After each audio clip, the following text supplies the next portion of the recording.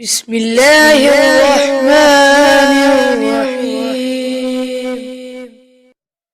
نحمده ونصلی علی رسولہ الکریم اما بعد فاعوذ باللہ من الشیطان الرجیم بسم اللہ الرحمن الرحیم الصلاۃ والسلام علیک یا رسول اللہ وعلی آلک واصحابک یا حبیب اللہ۔ جابر بن عبداللہ رضی اللہ عنہما کہتے ہیں کہ رسول اللہ صلی اللہ علیہ وآلہ وسلم ہمارے پاس تشریف لائے اور ہم لوگ قرآن پڑھ رہے تھے اور ہم میں بدوی بھی تھے اور اجمی بھی۔ آپ صلی اللہ علیہ وآلہ وسلم نے فرمایا پڑھو سب ٹھیک ہے، ان قریب کچھ ایسے لوگ آئیں گے جو اسے یعنی قرآن کے الفاظ و کلمات کو اسی طرح درست کریں گے جیسے تیر درست کیا جاتا ہے، یعنی تجوید و قرآت میں مبالغہ کریں گے اور اسے ٹھہر ٹھہر کر پڑھنے کے بجائے جلدی جلدی پڑھیں گے۔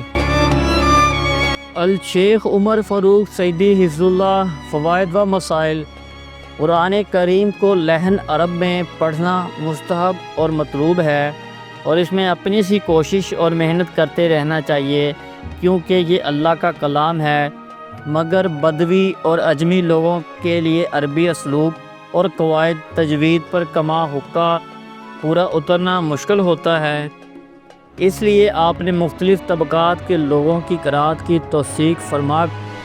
کر امت پر آسانی اور احسان فرمایا ہے۔ ایسے لوگوں کا پیدا ہو جانا جو قرآن کو ریا، شہرت اور ختام دنیاوی ساز و سامان جمع کرنے کا ذریعہ بنا لیں، آثار قیامت میں سے ہے۔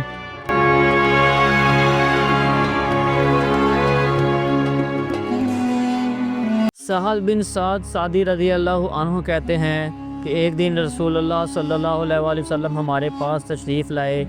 ہم قرآن کی تلاوت کر رہے تھے تو آپ صلی اللہ علیہ وآلہ وسلم نے فرمایا الحمدللہ، اللہ کی کتاب ایک ہے اور تم لوگوں میں اس کی تلاوت کرنے والے سرخ، سفید، سیاہ سب طرح کے لوگ ہیں، تم اسے پڑھو قبل اس کے کہ ایسے لوگ آ کر اسے پڑھیں جو اسے اسی طرح درست کریں گے جس طرح تیر کو درست کیا جاتا ہے، اس کا بدلہ ثواب دنیا ہی میں لے لیا جائے گا اور اسے آخرت کے لیے نہیں رکھا جائے گا۔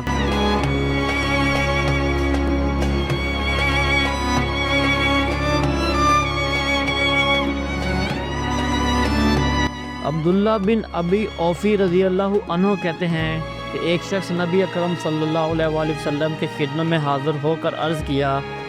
میں قرآن میں سے کچھ نہیں پڑھ سکتا،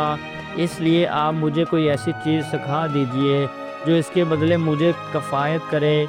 آپ صلی اللہ علیہ وآلہ وسلم نے فرمایا تم سبحان اللہ والحمد للہ ولا الہ الا اللہ واللہ اکبر ولا حول ولا قوت الا باللہ کہا کرو۔ اس نے پھر عرض کیا اللہ کے رسول،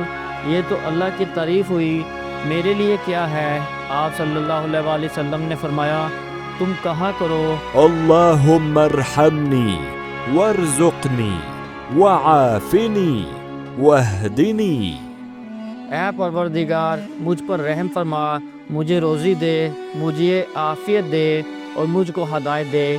جب وہ شخص کھڑا ہوا تو اس نے اپنے ہاتھ سے اس طرح اشارہ کیا، اس پر رسول اللہ صلی اللہ علیہ وآلہ وسلم نے فرمایا اس نے تو اپنا ہاتھ خیر سے بھر لیا۔ وضاحت یعنی دونوں ہاتھوں کو سمیٹا، جس سے اس بات کی طرف اشارہ تھا کہ اس نے ان باتوں کو محفوظ کر لیا جن کا رسول اللہ صلی اللہ علیہ وآلہ وسلم نے اسے حکم دیا ہے،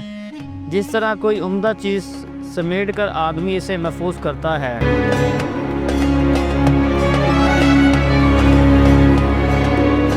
جابر بن عبداللہ رضی اللہ عنہما کہتے ہیں ہم نفل نماز پڑھتے تو قیام و قعود کی حالت میں دعا کرتے اور رکوع و سجود کی حالت میں تسبیح پڑھتے تھے۔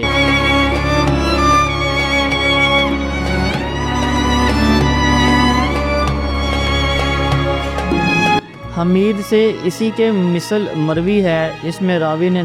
نفل کا ذکر نہیں کیا ہے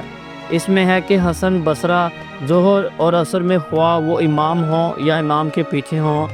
سورۃ فاتحہ پڑھتے اور سورۃ قاف اور سورۃ زاریات پڑھنے کے بقدر وقت میں تسبیح و تکبیر اور تحلیل کرتے تھے۔ الشیخ عمر فاروق سعیدی حفظ اللہ فوائد و مسائل۔ پہلی حدیث منقطع ہے اور دوسری جناب حسن بصرہ رحمۃ اللہ کا عمل رسول اللہ صلی اللہ علیہ وآلہ وسلم سے ثابت اعمال ہی میں خیر اور نجات ہے، اور اس قدر ضرور ثابت ہے کہ نبی کریم صلی اللہ علیہ وآلہ وسلم آثنائے قرات میں آیات رحمت پر دعا اور آیات عذاب پر تعوذ اور استغفار کیا کرتے تھے۔ ایسے ہی قنوت میں سجدوں کے درمیان رکوع اور سجدوں میں تشہد کے بعد حسب حال دعائیں وارد ہیں اور کی جا سکتی ہیں۔